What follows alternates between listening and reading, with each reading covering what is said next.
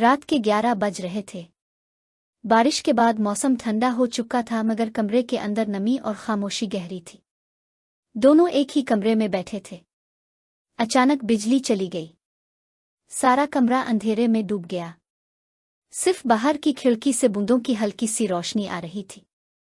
خاموشی اتنی گہری تھی کہ دل کی دھڑکنیں سنائی دینے لگے۔ وہ دونوں ایک دوسرے کے سامنے تھے مگر اندھیرے میں صرف سانسوں کی آواز سنائی دیتی۔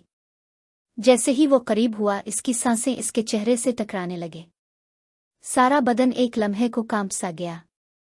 وہ مدھم آواز میں اندھیرا سب کچھ چھپا دیتا ہے مگر یہ کشش نہیں چھپا سکتا۔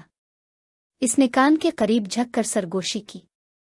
اس کے لفظ اور سانس دونوں اس کے وجود میں آگ لگا گئے۔ اس نے نظریں جھکانا چاہی مگر اندھیرے میں نظریں چھپانا ممکن نہ تھا۔ ایک ہلکی سی حرکت ہوئی، اس کے ہاتھ آہستہ سے اس کے ہاتھ کو چھو گئے۔ لمس اتنا نرم اتنا گرم تھا کہ اس کی انگلیاں خود بخود لرز گئیں۔ اس نے ہاتھ چھڑانے کی کوشش نہ کی بلکہ اندھیرے میں اس لمس کو اور گہرا محسوس کیا۔ کمرے میں ہوا بند تھی۔ سانسوں کی گرمی بڑھتی جا رہی تھی۔ وہ اور قریب آیا، اتنا قریب کہ ان کے درمیان فاصلہ مٹنے لگا۔ وہ دھیرے لہجے میں، یہ اندھیرا شاید اسی لیے آیا ہے تاکہ ہم دل کی بات سن سکیں۔ اس کے کندھے پر ہاتھ رکھ کر آہستگی سے اسے اپنی طرف کھینچا۔ وہ کپکپا اٹھی مگر پیچھے نہ ہٹی۔ اس کی پلکیں لرزنے لگے، سانس بے قابو ہو گئی۔ اب دونوں اتنے قریب تھے کہ دل کی دھڑکنیں ایک دوسرے کے جسم سے ٹکرا رہی تھی۔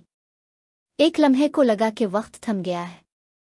اس نے سرگوشی کی، یہ لمس، یہ خاموشی، یہ رات کبھی بھول نہیں پاؤ گی۔